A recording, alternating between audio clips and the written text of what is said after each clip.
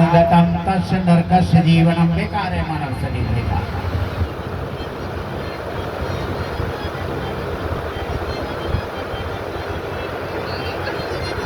हमें अपने जीवन का कल्याण करना है महाराज। हितकारी का कल्याण हुआ है। यहाँ श्रोता और वक्ता के कुछ नियम बताए गए हैं। हाँ, पहला है दुग्ध पाना। दूध पी करके कथा का श्रवण करें। दूध नहीं है हमारा तो घृत पाना। घी पी करके कथा का श्रवण करें। घी भी नहीं है तो फलाहार, फल खा करके कथा का श्रवण करें। फल भी नहीं है तो भोजन, अन्नप्राशन। हाँ, अन्नप्राशन यानी कथा का श्रवण जो है वह व्रती रह करके सुने और शाम को भोजन कर ले एक टाइम। ऐसा भी नहीं कर सकता है तो दोनों टाइम भोजन करें, पर इतना नहीं कि ऐसा दिया है कि भोजनम वरम तो मन्ने कथा श्रवणम कारकम। भोजन जो है वो आलस देता है हमारा, वादा करेगा थोड़ा खाए थोड़ा। भीम की करे ना, भीम भीम तो खाए महाभारत में कहते हैं भेड़िए। भेड़िए का पेट था भीम का जब खाने बैठता था ना, कम ना हो इन बैठा रे महाराज।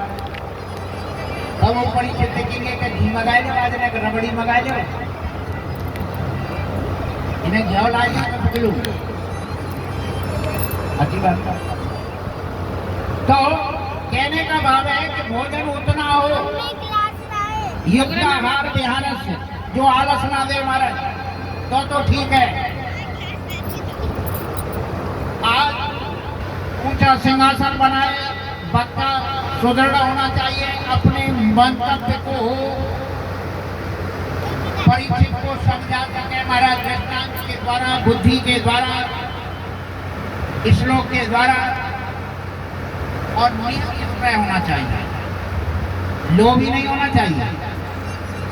लोभी वक्ता मिल गया ना तो गड़बड़ हो जाएगी, और वक्ता कोई निर्लोभी मिलता नहीं है।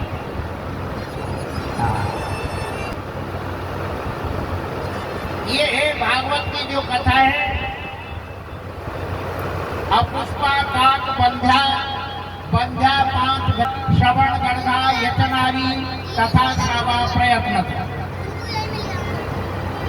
कितना भी कोई दरिद्री हो महाराज, रोगी हो, संतान जिनको हो, पुत्र नहीं होते हैं महाराज, प्रसव होकर मर जाता है, बच्चे मर जाते हैं, गर्भपात हो जाता है। लेके आ रहा हूँ।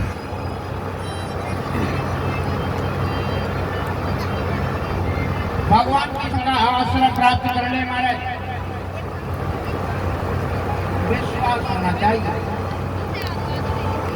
जितना आपका विश्वास होगा फल उतना मिलेगा। आज भी उन्हें पुत्र की प्राप्ति हो रही है। ये नहीं कह सकते कि नहीं होती है, क्योंकि ऐसे प्रमाण है महाराज।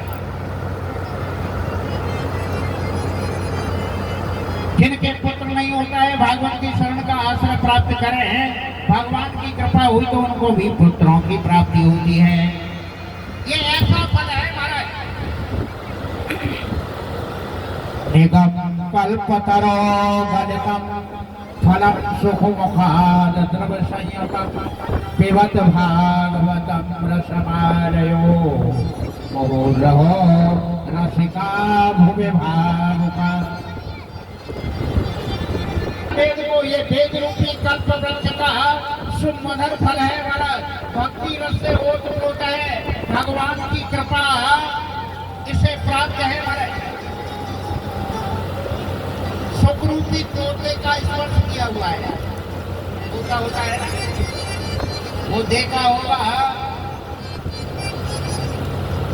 पके हुए फल कोई चोट का प्रहार करता है, और जिसे वह चोट का प्रहार कर देता है तोता, वह फल और रसिक बन जाता है। बोलो नारायण भगवान की जय।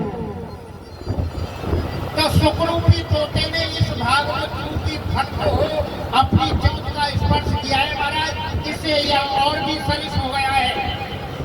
एक बात बताओ, किसी फल को आप खाओ, एक बार उसे मुंह में ले जाओगे, गुठली को फेंक दोगे, दोबारा गुठली उठा करके खाते हो क्या? नहीं खाते। और आम को, अरे आम की तो गुठली है। अरे राम राम, बोलो नारायण भगवान की जय। सीजन चला है और आम इतने जाएंगे ना, पुराने के आम नहीं मिलेंगे। ये आम जो है ना, उसका आनंद ही कुछ हो रहा है। ऐसे ही ये आम रस है, सुखरूपी तोते का इसका स्पर्श हुआ है महाराज। ऐसा लिखा है भागवतकारों ने, ये भागवत का उद्घोष है। दारिद्र्य दुख ज्वर दहितारा